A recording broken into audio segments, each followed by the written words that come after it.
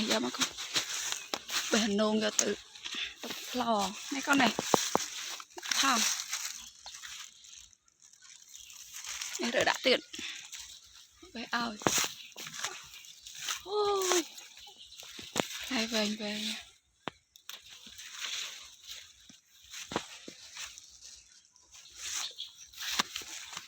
mấy con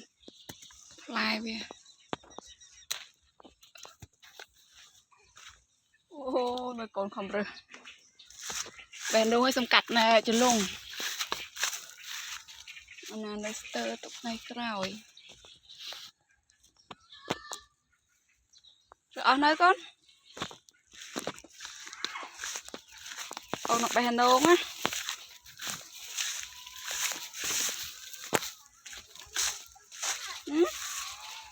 phai cháo nữa nè mà